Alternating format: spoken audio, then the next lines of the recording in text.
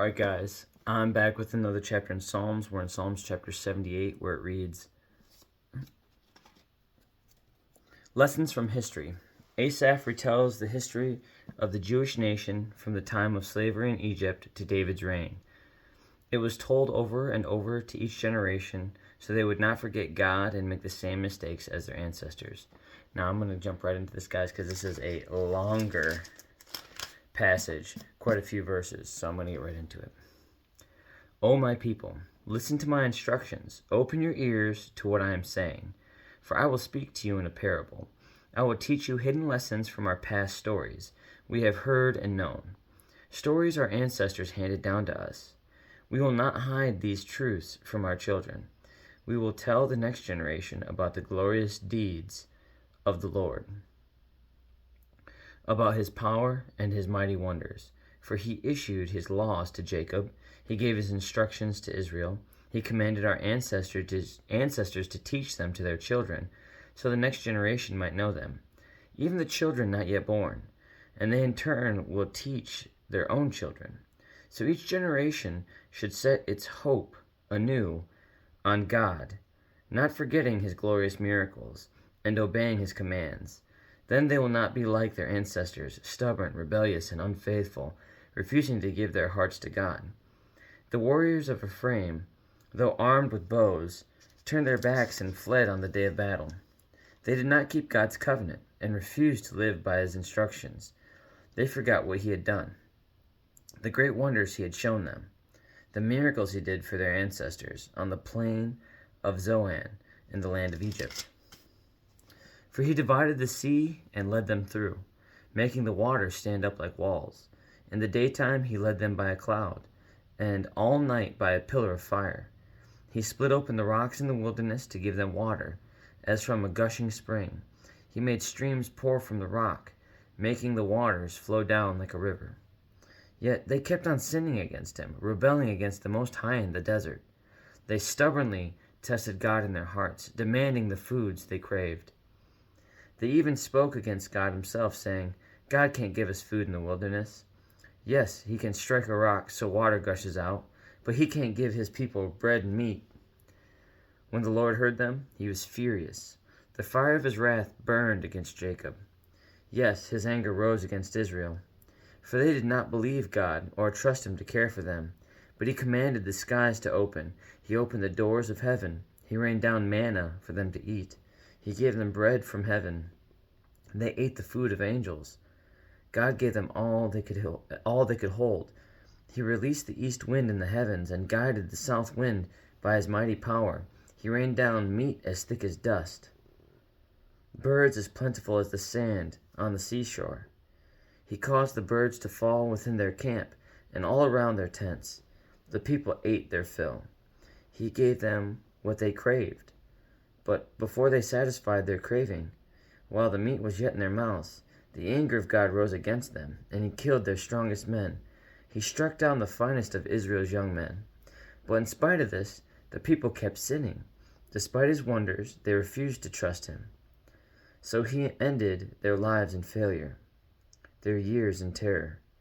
When God began killing them, they finally sought him. They repented and took God seriously. Then they remembered that God was their rock, that God Most High was their Redeemer. But all they gave him was lip service. They lied to him with their tongues. Their hearts were not loyal to him. They did not keep his covenant. Yet he was merciful and forgave their sins, and did not destroy them all. Many times he held back his anger, and did not unleash his fury, for he remembered that they were merely mortal, gone like a breath of wind that never returns. Oh, how often they rebelled against him in the wilderness, and grieved his heart in that dry wasteland. Again and again they tested God's patience, and provoked the Holy One of Israel. They did not remember his power, and how he rescued them from their enemies. They did not remember his miraculous signs in Egypt, his wonders on the plain of Zoan. For he turned their rivers into blood, so no one could drink from the streams. He sent vast swarms of flies to consume them, and hordes of frogs to ruin them. He gave their crops to caterpillars, Their harvest was consumed by locusts. He destroyed their grapevines with hail and shattered their sycamore figs with sleet. He abandoned their cattle to the hail, their livestock to bolts of lightning. He loosed on them his fierce anger, all his fury, rage, and hostility. He dispatched against them a band of destroying angels. He turned his anger against them. He did not spare the Egyptians' lives, but ravaged them with the plague. He killed the oldest son in each Egyptian family, the flower of youth throughout the land of Egypt. But he led his own people like a flock of sheep, guiding them safely through the wilderness. He kept them safe so they were not afraid, but the sea covered their enemies. He brought them to the border of his holy land, to this land of hills he had won for them. He drove out the nations before them. He gave them their inheritance by lot. He settled the tribes of Israel into their homes. But they kept testing and rebelling against God Most High. They did not obey his laws. They turned back and were faithless as their parents. They were as undependable as a crooked bow. They angered God by building shrines to other gods. They made him jealous with their idols. Then God heard them. He was very angry, and he completely rejected Israel. Then he abandoned his dwelling at Shiloh, the tabernacle where he had lived among the people. He allowed the ark of his might to be captured. He surrendered his glory into enemy hands. He gave his people over to be butchered by the sword because he was so angry with his own people, his special possession. Their young men were killed by fire. Their young women died before singing their wedding songs. Their priests were slaughtered, and their widows could not mourn their deaths. Then the Lord rose up as though waking from sleep, like a warrior aroused from a drunken stupor. He routed his enemies and sent them to eternal shame. But he rejected Joseph's descendants. He did not choose the tribe of Ephraim. He chose instead the tribe of Judah and Mount Zion, which he loved. There he built a sanctuary as high as the heavens, as solid and enduring as the earth. He chose his servant David, calling him from the sheep pens. He took David from tending the ewes and lambs and made him the shepherd of Jacob's descendants, God's own people, Israel. He cared for them with a true heart and led them with skillful hands. Whew, that was 72 verses. That was probably the longest one I've read so far, at least close to. For this just has me reflecting on some events that's just taken place in my life the last couple days. I've had some doors shut in my face as of recent, and even though I feel some frustration and some disappointment, I'm making sure that I remember how I got here in the first place. All the prayers that were answered to get me here. And I'm not going to lose faith now, knowing that I'm not even the reason that got me here. You're hoping to be receiving some of these opportunities. God's going to put me where I need to be. I have a desire to serve and love people. And wherever that is, I'm going to be excited to be there. And while I have my heart set on increasing my capacity to serve and love, I just simply want to do what's best. And sometimes my desire for my will robs me of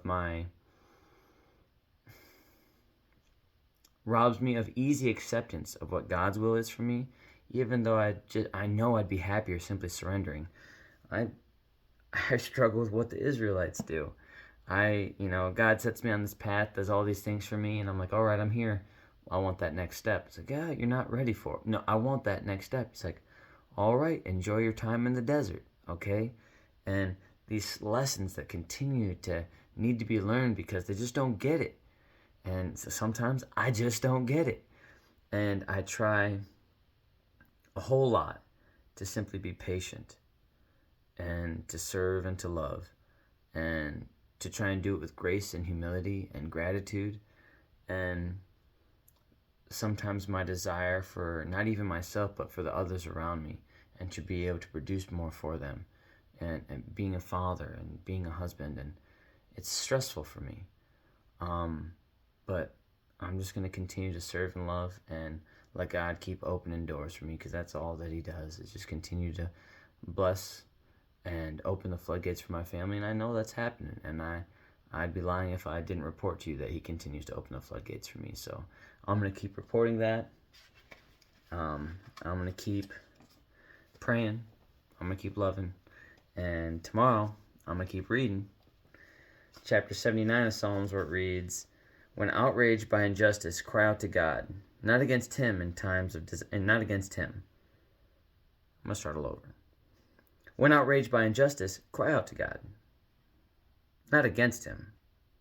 In times of disaster, our mood may be anger, but our trust must remain in God."